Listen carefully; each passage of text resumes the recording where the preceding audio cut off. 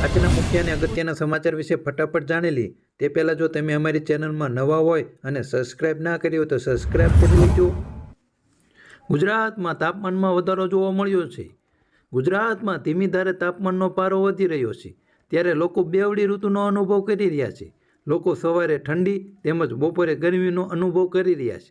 ત્યારે આ બાબતે હવામાન વિભાગ દ્વારા જણાવ્યું હતું કે દક્ષિણ ગુજરાત તરફથી સર્જાયેલા સર્ક્યુલેશન ડિસ્ટર્બન્સને કારણે આ વાતાવરણ સર્જાયું છે। સર્ક્યુલેશનના કારણે વાતાવરણમાં ભેજનું પ્રમાણ વધતા આગામી 5 દિવસ સુધી વાદળછાયું તેમજ ધુમ્મસવાળું વાતાવરણ રહેવાની હવામાન વિભાગ દ્વારા આગાહી કરવામાં આવી છે।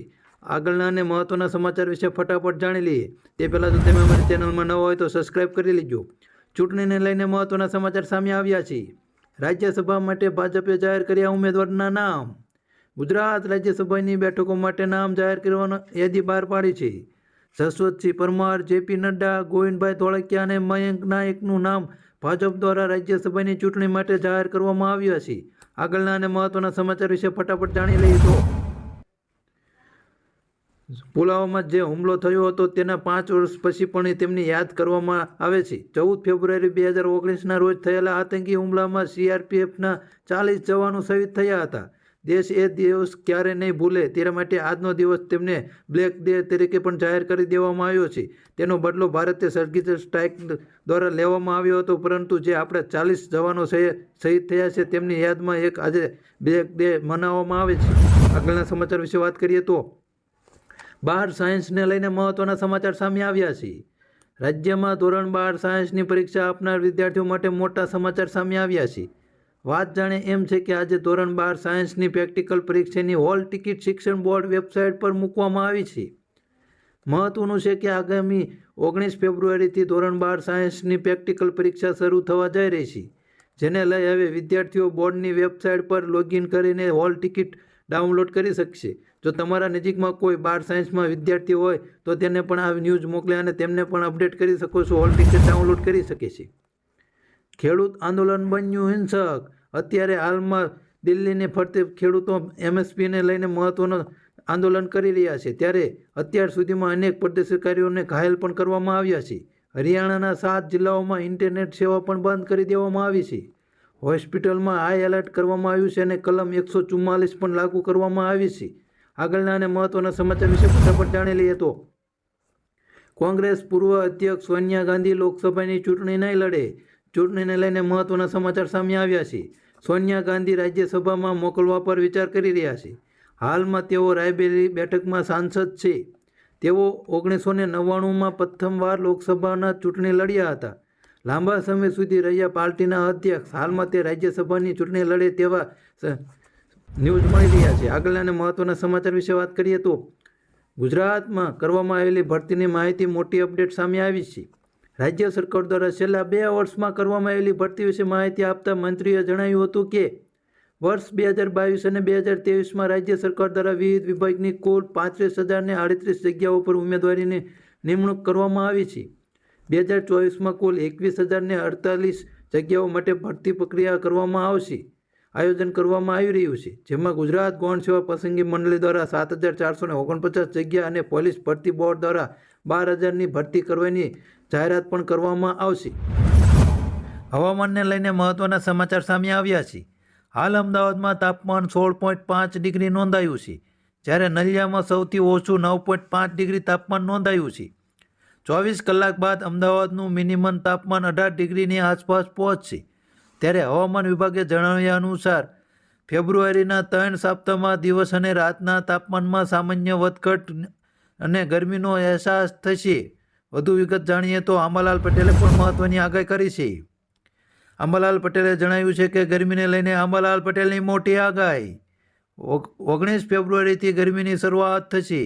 4 માર્ચ બાદ સતત ગરમીમાં વધારો થશે।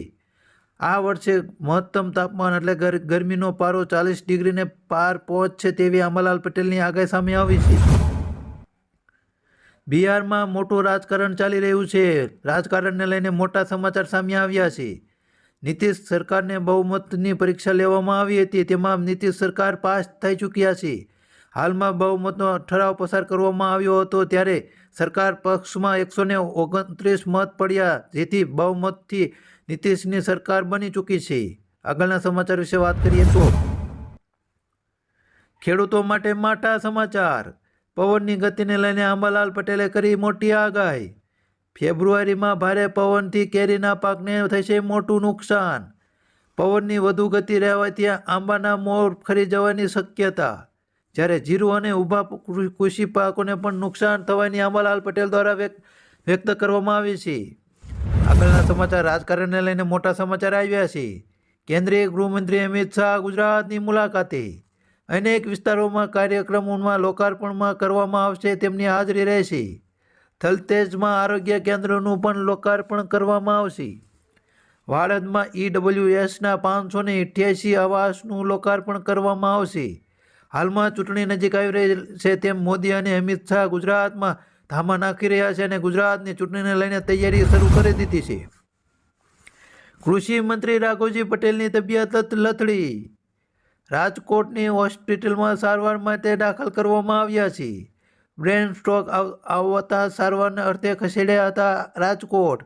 હાલમાં રાઘવજી પટેલ રાજકોટમાં ICUમાં દાખલ થયા અને તેમની તબિયતમાં બગાડો કે સુધારવામાં કોઈ પણ ન્યૂઝ આવી રહ્યા નથી. આગળના સમાચાર વિશે વાત કરીએ તો હીરા ઉદ્યોગને લઈને મહત્વના સમાચાર સામે આવ્યા છે.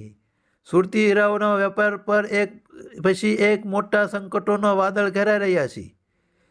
પહેલાં યુક્રેન રશિયાના યુદ્ધ સમયે હજારો કરોડના વેપાર પર અસર થઈ હતી અને હવે ઇઝરાયલ અને હમાસના યુદ્ધ વચ્ચે અસર પહોંચી છે. જ્યારે હીરા ઉદ્યોગ પર પડી રહી છે મોટી અસર. હવે સુરતના હીરા ઉદ્યોગનો વધુ એક મોટો ફટકો પડશે. અમેરિકામાં રશિયનના ડાયમંડ પ્રોડક્ટ પર પ્રતિબંધ મૂકવામાં આવતા સુરતના ડાયમંડ ઉદ્યોગને નુકસાન થવાનો અંદાજ છે. 1 માર્ચથી અમેરિકાના રશિયન ડાયમંડ પ્રોડક્ટ પર પ્રતિબંધ મુકાશે, જેથી સુરતના હીરા ઉદ્યોગને 35% જેટલું નુકસાન થવાનો અંદાજ સામે આવ્યો છે. હાલમાં હીરા બજાર હજી મંદીમાંથી બહાર આવ્યું નથી. આગળના સમાચાર વિશે વાત કરીએ તો ગુજરાતમાં શાળાને લઈને મહત્વના નિર્ણય સામે આવ્યા છે. ગુજરાત વિધાનસભામાં આજે સરકારી શાળાઓને લઈને મોટો ખુલાસો થયો છે. વિગતો મુજબ રાજ્યની 1606 શાળાઓમાં માત્ર એક જ શિક્ષક હોવાનું સામે આવ્યું છે. રાજ્ય સરકારે વિધાનસભામાં 1606 શાળાઓમાં એક શિક્ષકથી ચાલતી હોવાનું સ્વીકાર્યું છે. શિક્ષણ મંત્રી કુબેર ડોંડોરીએ કહ્યું કે 1606 શાળાઓ નિયમિત શાળાઓ છે અને શિક્ષકોને વતનનો લાભ આપવામાં સહિતનો મુદ્દાને કારણે આ શાળાઓમાં એક શિક્ષકથી ચાલે છે. આ સાથે તેમણે કહ્યું કે શિક્ષકોની જલ્દી ભરતી કરવામાં આવશે. મહત્વનું છે કે રાજ્ય સરકારે 1606 શાળાઓમાં માત્ર એક શિક્ષક હોવાનું સ્વીકારી લીધું છે. હાલમાં એક શિક્ષક જ શાળા ચલાવે છે. તમને શું લાગે છે, એક શિક્ષક શાળા ચલાવી શકે? કોમેન્ટ કરીને જણાવજો.